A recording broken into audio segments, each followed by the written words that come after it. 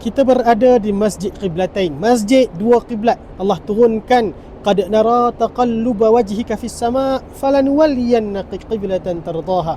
Wahai Muhammad, kami sering melihat kamu mendongakkan muka ke langit. Falanuwalliyannaka qiblatan tardaha. Pada saat ini akan kami alihkan kiblat kamu daripada Baitul Maqdis ke Baitullah Al-Haram. Selepas Nabi SAW berhijrah selama 17 bulan, Nabi berkiblatkan ke Baitul Maqdis.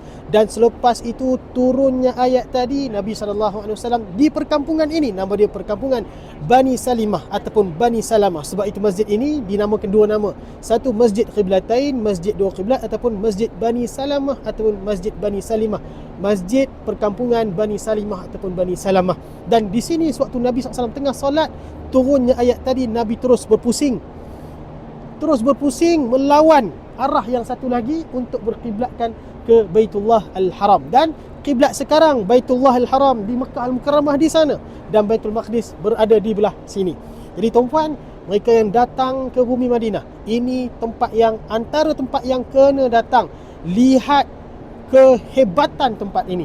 Moga-moga Allah murahkan rezeki kita untuk sampai ke sini bersama dengan Mursyid Al-Haramain Travel Tours. Assalamualaikum warahmatullahi wabarakatuh.